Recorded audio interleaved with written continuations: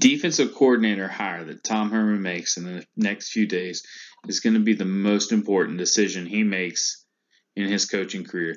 That decision will make or break him at the University of Texas. And I think Chris Ash is the right man for that job.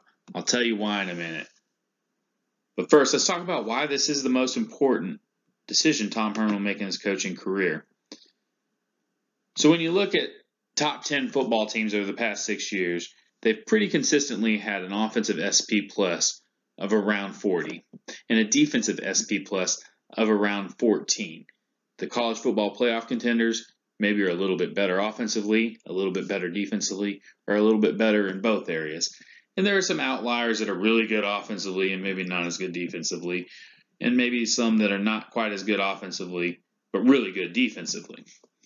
But for the most part, the 40 and 14 numbers remain consistent over the last 6 years. So if you look at Texas offensively, they're at about 37 S&P plus. And really, that's good enough. They could be a top 10 team and win the Big 12 with that. I'd like to see it a little higher, but it's good enough. And I think that they'll probably, regardless of who they hire, continue to improve in that area. One reason is because Tom Herman's very offensive-minded, and another reason is because they just have a lot of talent offensively. The defense has been on an upward trend. A higher number in the SP plus defensively is bad, and that number is increasing. And right now it's around 29. They got to get it down here to around 14, and they got to do it quickly, or Tom Herman's not going to be here very long.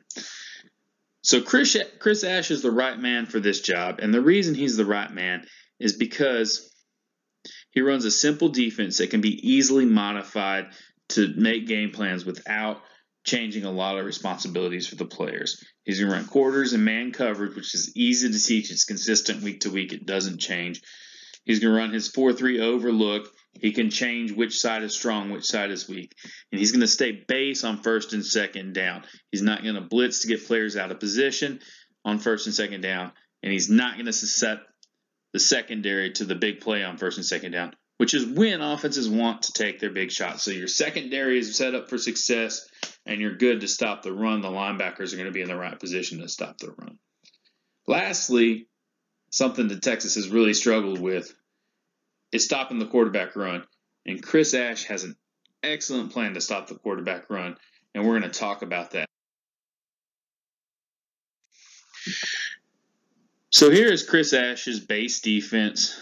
I have it drawn up with the strong side opposite the halfback. So this halfback here will determine the strong side, and your Sam linebacker, your tackle, and your end will be to the strong side. This end is in a 7 technique, tackle in a 3. And I've walked the linebacker out, so I've bumped all the linebackers over. I'm not going to talk a lot about what happens play side on the zone read. That's for another post. But I want to talk about these 3 players and what they do. So as this tackle blocks down, the end's going to realize he's unblocked, and he's going to squeeze this tackle and try and keep him from getting up to the Mike linebacker. As he does that, he's going to work, and he's going to get into A gap right here. And that will tell the quarterback that he has a pull read or that he's going to keep the ball. So the halfback's going to come across, the quarterback reads, and the halfback's going to run into A gap, looking for daylight. The quarterback should keep the ball, and he's going to come right off this tackle's hips. So what the will linebacker is taught is he's taught to run right through the tackle's outside hip and then come down inside and run through the running back's hips. So he's taking this running back out. If he's 100% sure that quarterback has pulled the ball, he can take quarterback. But otherwise, he's going to have responsibility for the running back. And the Mike linebacker is going to loop around, and he is going to have quarterback. It's like, as you can see, the Mike linebacker has a quarterback, and you've got a pretty solid front here. You got everything taken away, and this Sam linebacker is looking for grass, and he's probably going to hit right through here into this area right here because there's some green grass. So now let's talk about the inverted veer. The inverted veer, they're going to run the fullback outside to the strong side, and the quarterback is going to widen a little bit. He's going to read this end who will be unblocked, And if the end widens, the quarterback will keep, and he will run right off the double team here. So you'll have a double team. Center block backside nose. Guard coming up to linebacker, and the quarterback's going to run right off that double team. If the end comes down inside, the quarterback will give the ball. Tight end will outside release and go up to safety, and he's going to get outside and cut off the block of that tight end. So what I teach my end here is that he's got to widen with the tight end, which means the quarterback is going to keep the ball. And the reason he's really widening with this tight end is because he wants to keep him on the line of scrimmage for any RPO looks. The safety will have the tight end in an RPO look, but he's also the force player. I don't want that tight end being able to release so the safety can actually be the force player. So the quarterback's going to keep the ball. This tackle is going to get double teamed. I want him to try and split that double team so they can't work back up to the middle linebacker.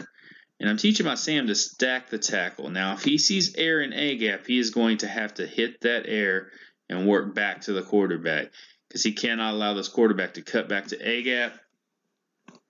That's a big, big play. So he's got to get in A-gap if there's air.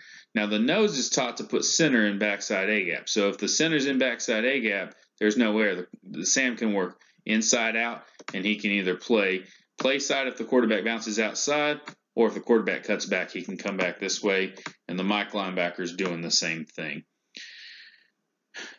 So Oklahoma and a lot of other teams are catching on to this, likes to run a little seam route here with this H back.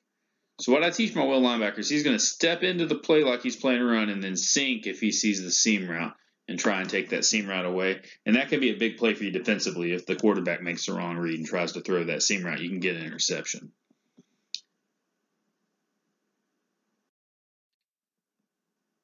Here's how it looks.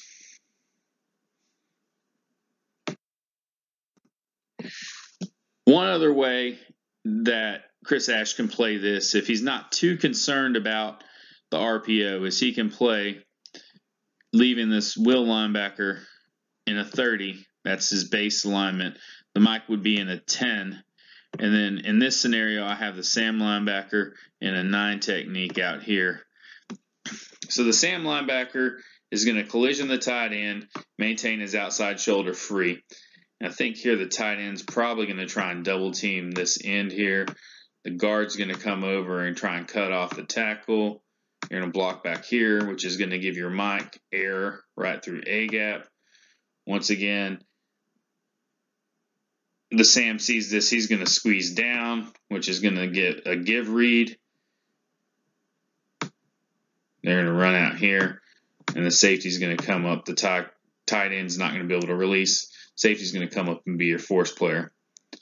The will linebacker will step over, and he's looking for any cutback. And then you've got your RPO defense on the backside. What it looks like. You can see is that in this scenario, the Sam linebacker widened with the Y. The safety saw air back inside in C-gap, and that's where he fell in and made the play. Anyway, I hope that clears some things up. Talk about why Chris Ash is the right hire for this defense, why this defensive hire is so important, and why Tom Herman has to get it right. Thanks for watching, and hook 'em horns.